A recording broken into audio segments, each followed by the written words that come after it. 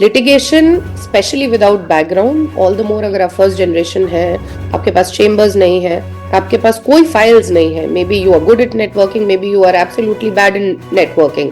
मैंने अपने बहुत दोस्तों को देखा है जो नेटवर्किंग नहीं कर पाते हैं, उनके पास मैटर बड़ी मुश्किल से आते हैं, लेकिन जब उनके पास मैटर आते हैं तो बहुत अच्छे से निभाते हैं, बहुत अच्छे से आर्ग्यू करते हैं। ठीक है, आप सबका स्वागत है दिल से दिल तक के नए पॉडकास्ट में एंड लॉयर सीरीज के दूसरे एपिसोड में। आज जो हमारी गेस्ट है वो रिनाउंड लॉयर प्रज्ञा सिंह जी है, जो कि फाउंडर है प्रणतन लीगल के and also she practice in supreme court as well. तो यस, आज का इंटरव्यू, आज का पॉडकास्ट बहुत ही ज़्यादा इंफॉर्मेटिव होने वाला है सभी के लिए। तो यस, हम लोगों ने ब्रीफली डिस्कशन किया है एआई के ऊपर। तो यस, मैं ज़्यादा कुछ बोलूँगा नहीं, आप लोग को खुद ही ये इंटरव्यू देख के एक्सपीरियंस करना पड़ेगा, और जैसे मैं बोलता हूँ कि एंड तक कुछ सीख के ज़रूर जाना। तो चलो शुरू करते हैं।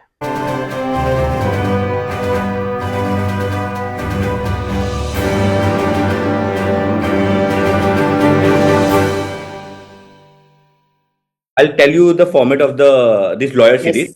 तो बेसिकली हम लोग Yes. क्या करते हैं, हम लोग कॉलेजेस से हर इंटरव्यूज में, लॉयर सीरीज के जितने भी इंटरव्यूज है, कॉलेजेस से कोई एक स्टूडेंट को लेते हैं, so that they can also interact with the esteemed guest जो हमारे साथ है। Very nice and thoughtful. एक वक्त था पेरेंट्स बच्चों से ना उम्मीद लगाए बैठते थे कि मेरा बच्चा डॉक्टर बनेगा, इंजीनियर बनेगा, और उसके बीच में आपने भी आई थिंक 10th स्टैंडर्ड में अच्छा मार्क्स आपने स्कोर किया था।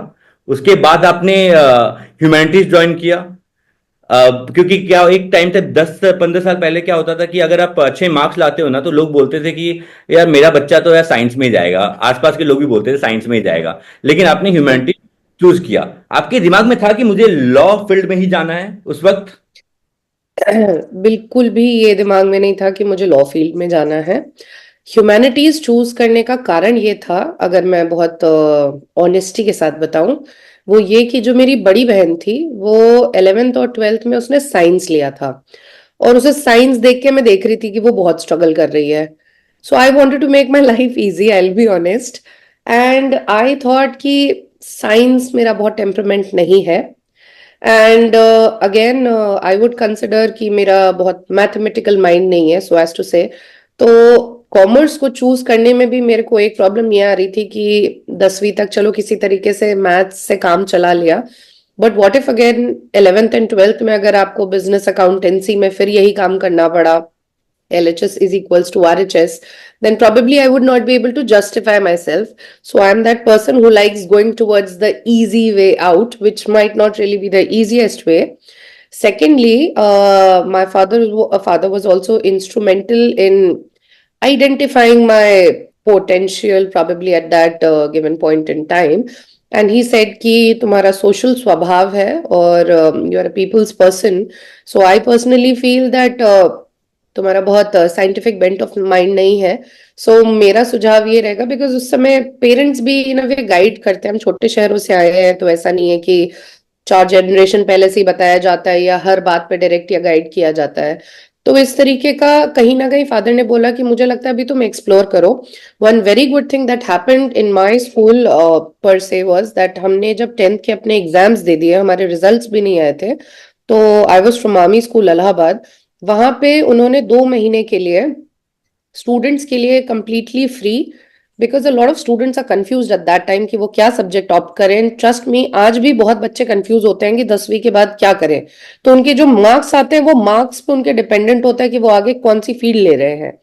सो हमें फ्री ऑफ कॉस्ट हमारे स्कूल ने सारे सब्जेक्ट्स की एक्स्ट्रा क्लासेस करवाई। So for almost 2 months we were taught physics, chemistry, botany, biology, zoology, physical education, history, political science, accountancy, business studies, so that बच्चों का अगर कुछ भी एक नीश एरिया डेवलप हो रहा है या कुछ एक पर्टिकुलर फील्ड में इंटरेस्ट आ रहा है तो वो अपने आप में आइडेंटिफाई कर पाए, उनके कंफ्यूजन एलिमिनेट हो। तो मैंने वो जब पूरी क्लासेस की तो मुझे ये श्योर हो गया कि साइंस तो मैं बिल्कुल नहीं ले रही हूँ। कॉमर्स में थोड़ा मेरा डाइसी था 50-50, but if it comes to history and political science I was definitely more interested. So that's how humanities came in my life. Law was definitely nowhere in cards. Law मैंने इसलिए लिया, या law की professional degree मैंने इसलिए की क्योंकि मैं यूपीएससी की तैयारी करना चाहती थी। और उसके लिए सब यही कहते हैं कि हवा में तीर मारने जैसी बात है, आपका हो गया तो बहुत अच्छी बात है, नहीं हुआ तो फिर आप किसी लायक नहीं रहते। तो कम से कम एक बेसिक टेक्निकल डिग्री मेरे पास रहे, ताकि God forbid if I don't have anything in my hand, मैं कचहरी जा सकती हूँ और मैं जिरह कर सकती हूँ। तो मैं ये नहीं कहूंगी कि मैंने आउट ऑफ वॉलिशन लॉ चूज किया था, मैंने लॉ कन्वीनियंस के लिए चूज किया था। बट लिटिगेशन मेरे लाइफ में आए और मेरी लाइफ चेंज हो गई। मैम, आपने कन्वीनियंस के बारे में बात किया लॉ का, तो मैं आपसे इसके लिए जानना चाहूंगा मैम। बहुत लोग जो लॉ फर्म्स में काम करते हैं ना, they are good in arguing, they are good in approaching people, कैसे बात करना चाहिए, सब कुछ उनको अच्छा, ड्राफ्टिंग भी अच्छा करते हैं। बट उनको पता नहीं चलता है कि यार उनको कब खुद का कुछ स्टार्ट करना चाहिए। क्योंकि क्या होता है ना, बहुत लोग एक कंफ्यूजन है कि मैं सब कुछ अच्छा कर रहा हूँ, but I am under someone, but अभी मुझे इंडिपेंडेंटली कुछ स्टार्ट करना चाहिए। वो कब आपको दिमाग में आता है कि आप खुद से स्टार्ट कर सकते हो, या फिर कौन से लेवल में आप पहुंचने के बाद आप सोच सकते हो कि मुझे खुद से स्टार्ट करना चाहिए? अभिजीत जी बहुत वैलिड क्वेश्चन पूछा है, और मुझे लगता है कि मेरे साथ के आज के भी ऐसे बहुत मेरे टैलेंटेड फ्रेंड्स हैं जो प्रोबेबली सेम एज ब्रैकेट के हैं, अराउंड 35-34, जो बहुत अच्छे मैटर्स कर रहे हैं, देव मेड गुड नेम्स, लेकिन आज भी कहीं ना कहीं वो उस कंफ्यूजन में है या वो उस बेट में है कि वो निकल नहीं पा रहे हैं, डिसीजन नहीं ले पा रहे हैं कि वो कब एक्चुअली इंडिपेंडेंटली स्टार्ट करें। और ऐसे बहुत सारे लोग हैं जो इमीडिएटली लॉ की डिग्री के बाद एक बार की इंडिपेंडेंट हो गए और आज भी वो इंडिपेंडेंट है। So you see at the end of the day to each is own. But कोई एक डिसाइसिव मोमेंट नहीं है कि आप डिसाइड करें, इसलिए बेहतर है कि आप एक कैलकुलेटेड रिस्क लें। जैसे मैं अपने आप को जानती हूँ कि मैंने कैलकुलेटेड रिस्क लिया, लेकिन एक पॉइंट पे ये भी था कि आपको प्लंज लेना जरूरी है। Not until you are thrown in the waters, तब तक आपको ये समझ नहीं आता कि पानी कितना गहरा है। तो वो जो सैलरी का जो बेट है, जो एंड ऑफ द मंथ आपको पता है कि 29-30 को सैलरी क्रेडिट हो जाएगी, वो कहीं ना कहीं आपको एक कंफर्ट जोन में रखती है। Litigation specially without background, all the more अगर आप फर्स्ट जनरेशन है, आपके पास चेम्बर्स नहीं है, आपके पास कोई फाइल्स नहीं है, may be you are good at networking, may be you are absolutely bad in networking. मैंने अपने बहुत दोस्तों को देखा है जो नेटवर्किंग नहीं कर पाते हैं, उनके पास मैटर बड़ी मुश्किल से आते हैं, लेकिन जब उनके पास मैटर आते हैं तो वो बहुत अच्छे से निभाते हैं, बहुत अच्छे से आर्ग्यू करते हैं। तो ये एक दिन की कहानी नहीं है, ये सालों का सिलसिला है। आपको सबसे पहले आइडेंटिफाई करना है, खुद से ये सवाल पूछना है कि क्या आप एक्चुअली इंडिपेंडेंट प्रैक्टिस करना चाहते हैं।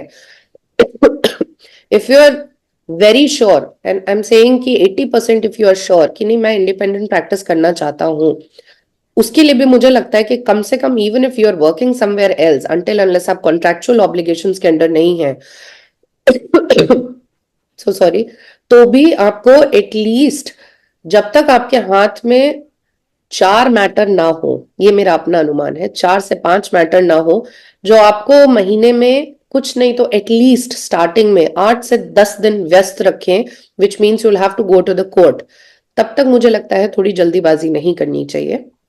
और वो मैटर ऐसे नहीं है कि आपने बेल लगाई और बेल डिसमिस हो गई, डिसमिस हुई तो चलो अपील कर लिया, जरूरी नहीं है क्लाइंट आपके पास अपील के लिए आएगा या ऊपर के कोर्ट के लिए आएगा। So it has to be trial related matters, वो ऐसे मसले हों जो चलें, कुछ साल तक चलें। तो जब आपके पास 4 या 5 मैटर ऐसे हो जाए, मैंने अपने लिए बना के रखा था कि मेरे पास मिनिमम 3 मैटर्स होने चाहिए जो ट्रायल बेस्ड हों। इसके अलावा जो आपके डेली वाले होते हैं, legal notices, this and that, ये मैं बिल्कुल फर्स्ट जनरेशनल पीओवी, क्योंकि किसी ने मुझे सिखाया नहीं है, मेरे खुद अपने अक्वायर्ड एक्सपीरियंसेस हैं। विजडम तो मैं क्या बोलूंगी, विजडम मैं इन एंड राउंड सीख के समझ रही हूँ।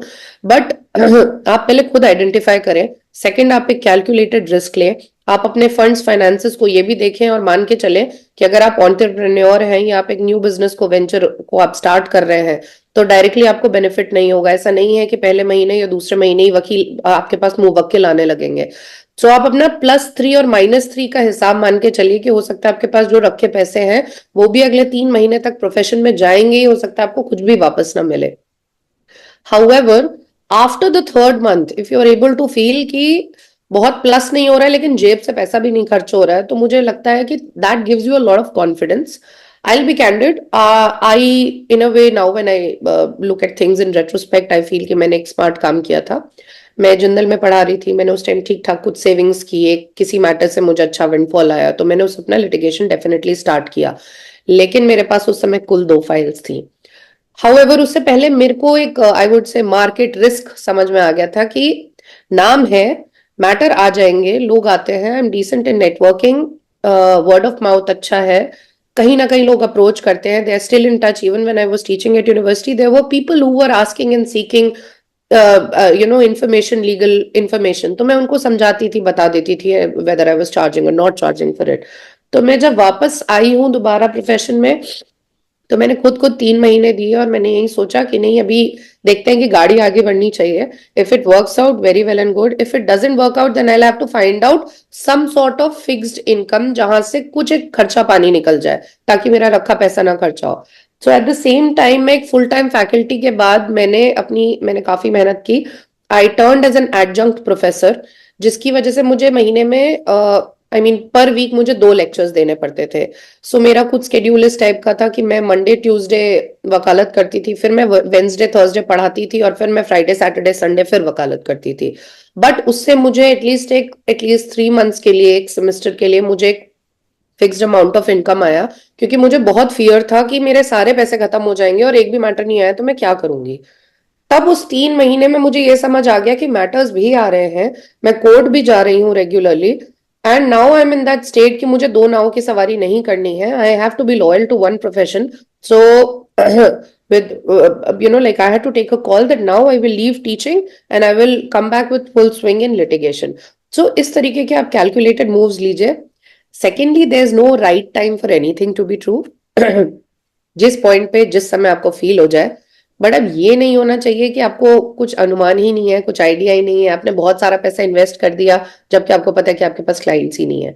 अगर आपके पास कुछ कॉर्पोरेट रिटेनर्स हैं, कुछ इस तरीके के लोग हैं जो आपके बेसिक रेंटल्स को कवर कर ले रहे हैं, आप हैंड टू माउथ सिचुएशन में नहीं है कि आपका घर के रेंट्स नहीं दे पा रहे हो, ऑफिस के रेंट्स नहीं दे पा रहे हो, सम सेंस ऑफ स्टेबिलिटी आपको इस चीज का अंदाजा होना चाहिए। And after that if you start building up you will never look back. This is what I will have to say. Right ma'am, all thing is that you need to be smart, और आप client approach कैसे करते हो वो बहुत important है, उसके बाद ही आप खुद से स्टार्ट कर सकते हो।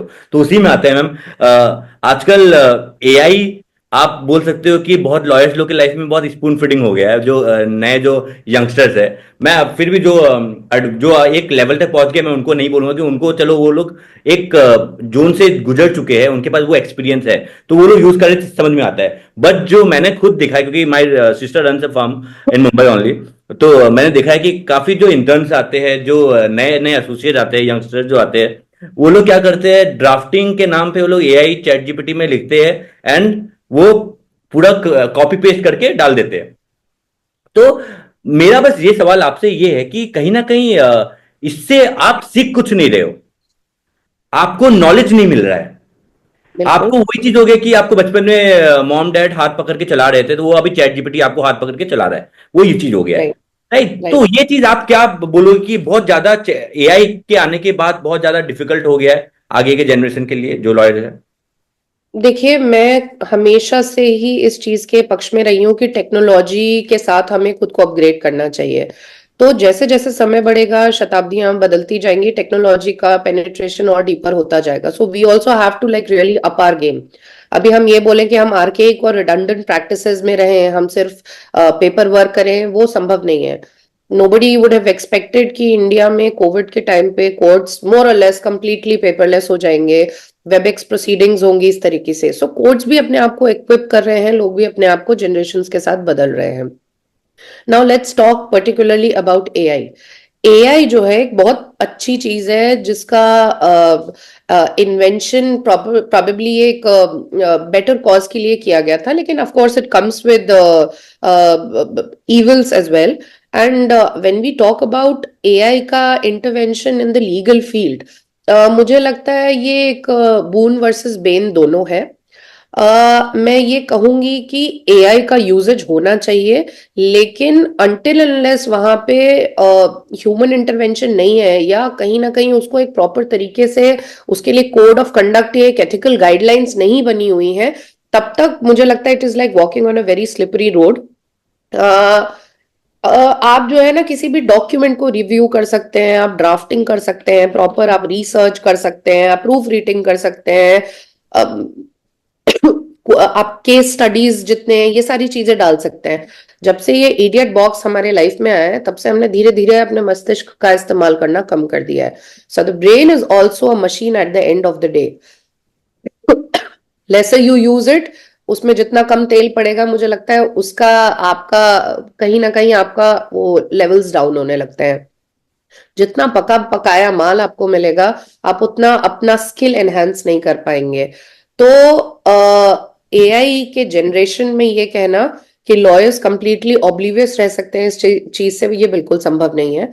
जो न्यू यंगर जनरेशन आ रही है मैं उन्हें ये कहूंगी कि आप किसी को कोई भी ड्राफ्ट आपको दिया जाता है, I understand there are timelines, there a whole god damn procedure कि आपको प्रायोरिटाइज करना है, आपको जल्दी करना है। आप सबसे पहले अपना दिमाग लगाइए, आप एक ब्रीफ फैक्ट बनाइए, एक ब्रीफ आउटलाइन बनाइए, एक ब्रीफ आपके दिमाग में एक खांचा या आउटलाइन है कि एक ब्लूप्रिंट होना चाहिए कि this is what I want in my petition और this is what I want in my draft. आपका दिमाग हो सकता है 3 केसेस बेस्ट खोज पाए, हो सकता है आपका जो मशीन है या एआई का जो टूल है वो आपको अनदर 10 केसेस। सो वो आप सप्लीमेंट कर सकते हो लेकिन सप्लांट नहीं कर सकते हो। So I would always say that first should be human, second should be AI. if it's a combination of human intervention along with AI, then of course it's a boon. But अगर आप उसका जो है completely उसको अपने दिमाग का मस्तिष्क का इस्तेमाल ना करके कंप्लीटली आप मशीन पे रिलाय कर रहे हो तो न सिर्फ वो प्रॉब्लमैटिक है, सेकेंडली वो इलीगल भी हो सकता है बहुत सारी सिचुएशंस में। अभी से फॉरेन में लॉ सूट्स ऑलरेडी फाइल हो चुके हैं जहां पे ये बोला गया है कि केसेस ऑलरेडी फाइल किए जा चुके हैं कि एआई टूल्स का इस्तेमाल किया है, these drafts are not original pieces. So I recall a very good case. Basically एक क्लाइंट ने एक लॉयर को हायर किया, एक बड़ी लॉ फर्म को हायर किया और उन्होंने बोला कि XYZ is my case and I want you to draft and we'll eventually file it. जब ड्राफ्टिंग करके उनको दी गई तो ये पाया गया कि द क्लाइंट फेल्ट कि मैंने भी ये एआई में अपने घर में डाल के देखा था एंड द स्ट्रक्चर और the body language is somewhat like that. जब उन्होंने ये जाके इस चीज के लिए उनको कन्फ्रंट किया, लड़ाई झगड़े के बाद जैसे ठीक है हम आपको पैसा रिम्बर्स कर देंगे। इवेंचुअली इन्होंने इस अपने लॉयर को ही सू कर दिया कि मैंने आपको ओरिजिनलिटी के लिए अपने ब्रेन को यूज करने के लिए एक प्रॉपर ड्राफ्ट बनाने के लिए वो दिया था बट आपने एआई का यूज किया है। सो इस तरीके से बतेरे लॉ सूट्स फाइल हो चुके हैं। मुझे लगता है कि इतना इस्तेमाल करिए एज लॉन्ग एज आपका जो जो ओरिजिनलिटी है, जो पीस ऑफ वर्क का जो ओरिजिनलिटी है that should not get lost. क्योंकि अगर आप पीएचडी करते हैं या कोई भी आप एकेडमिक पीसेस लिखते हैं तो उसमें भी आपका डबल पीयर रिव्यू होता है, तो उसमें भी देखा जाता है कि कहीं आपने चीटिंग तो नहीं की है, कहीं आपने कॉपी तो नहीं की है। वी हैव सॉफ्टवेयर जो चेक करते हैं कि कहीं आपने जो है कंटेंट को कॉपी पेस्ट तो नहीं किया हुआ है। So it is exactly like that. पहले use your own brains and for lawyers who are young and newbies I think it is very, very damaging if you are relying completely upon a technology vis-a-vis your brain. These are your foster years, these are your years of becoming something. आप जो 5 साल की मेहनत से अपने दिमाग का इस्तेमाल करके जो अपनी थिंकिंग या अपनी प्रूडेंस का इस्तेमाल करके जो ड्राफ्ट प्रिपेयर कर सकते हैं, I don't think so it can ever match AI. Agree, So yeah, yeah. I'll have to say.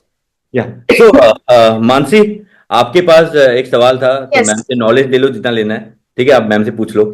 Yes. Yeah, thank you.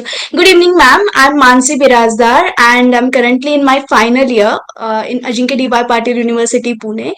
And at the same time, you rightly said कि हमें पहले ही client base जब तक हमारा तैयार नहीं होता तब तक हम litigation में सोचना is difficult. So I started early and practicing in a district court पहले ही. Thank you so much.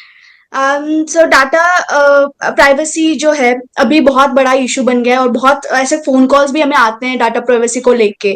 तो इंडिया में क्या स्ट्रिक्टर प्रोटेक्शन लॉज हैं डाटा प्राइवेसी को लेके? आपका क्या टेक है इस पे कि क्या challenges India is facing currently about data privacy and क्या इनफ अवेयरनेस है लोगों में अबाउट देयर? मुझे अभी नहीं लगता इंडिया रेडी हुआ है प्राइवेसी लॉज को लेके, इतना विजिलेंस नहीं है।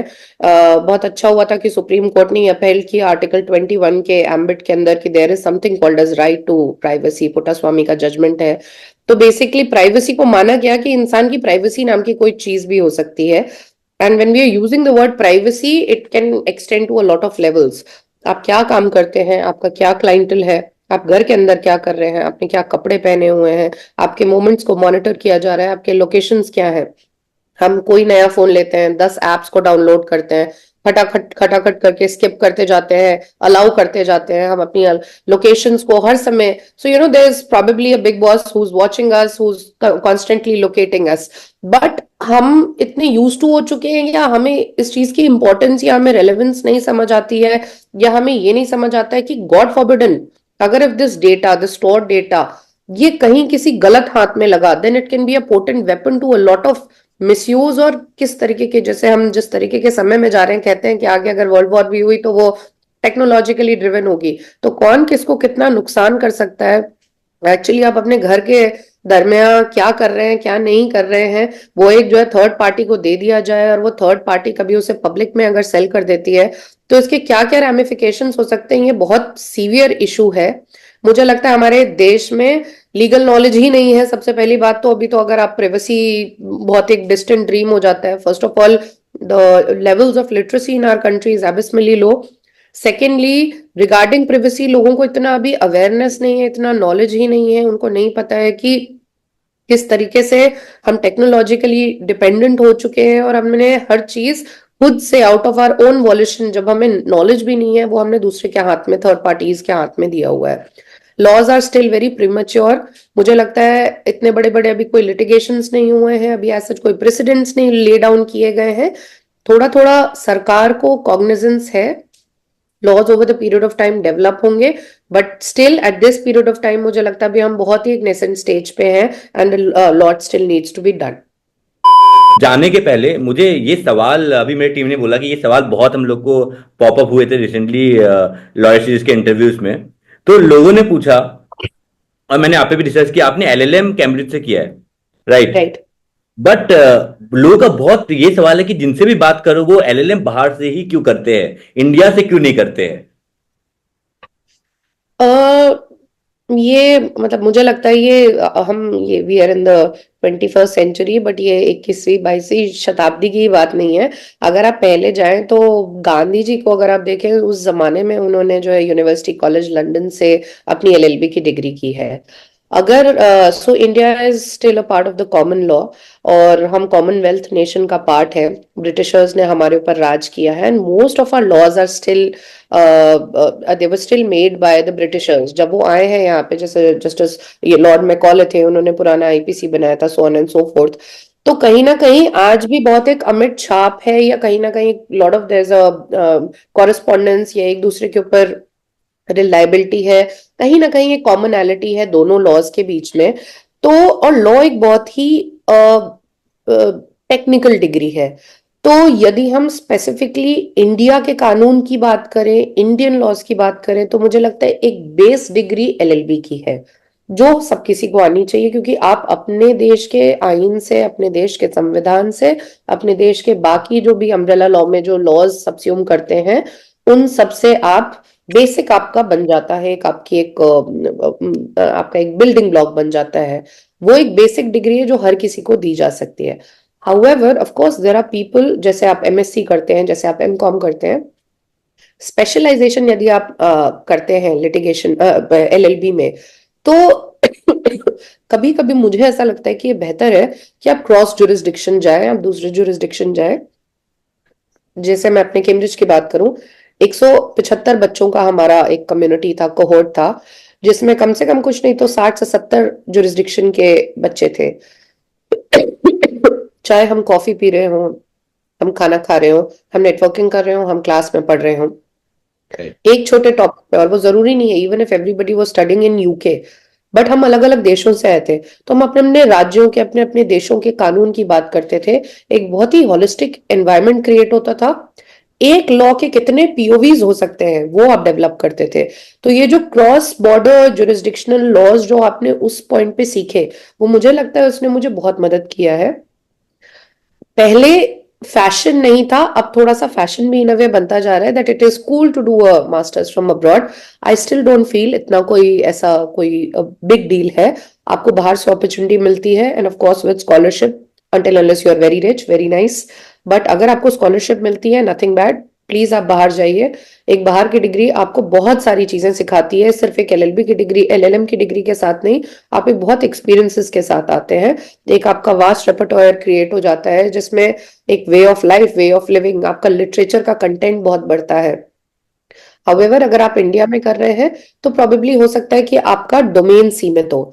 फॉर एग्जाम्पल मेरा इंटरनेशनल लॉ में स्पेशलाइजेशन है जो मैंने कैम्ब्रिज से पढ़ा है। जब मैं वो स्पेशलाइजेशन कर रही थी तो मैंने बाहर कंट्रीज के भी जो है इंटरनेशनल लॉज, उनके म्युनिसिपल लॉज सब पढ़े हैं। बट हो सकता है वही कोर्स अगर मैं इंडिया में कर रही होती, जिसमें मैं एलएलएम इन इंटरनेशनल लॉ करती, तो वो शायद 4 या 5 कंट्रीज के बारे में पता था। So the curriculum can be vastly different, it might not be very international in nature. So if anybody is given ever an opportunity to do a master's from abroad, I would always say कि आपको जाके आना चाहिए। मैं अभी भी इस बात के पक्ष में हूँ कि आप बाहर से पढ़ के जरूर आइए, लेकिन आप अपनी मिट्टी पे वापस आइए और अपने देश के लिए कुछ करिए। Right. So आप कुछ साल एम्प्लॉय जरूर हो, लेकिन आप उनकी इकोनॉमी को बेटरमेंट करें, उससे ज्यादा बेहतर है आप अपने देश में वापस आकर करिए। So yes, that's what True. Yes. Okay. Thank you so much, ma'am, for joining. It's great to have you on my podcast.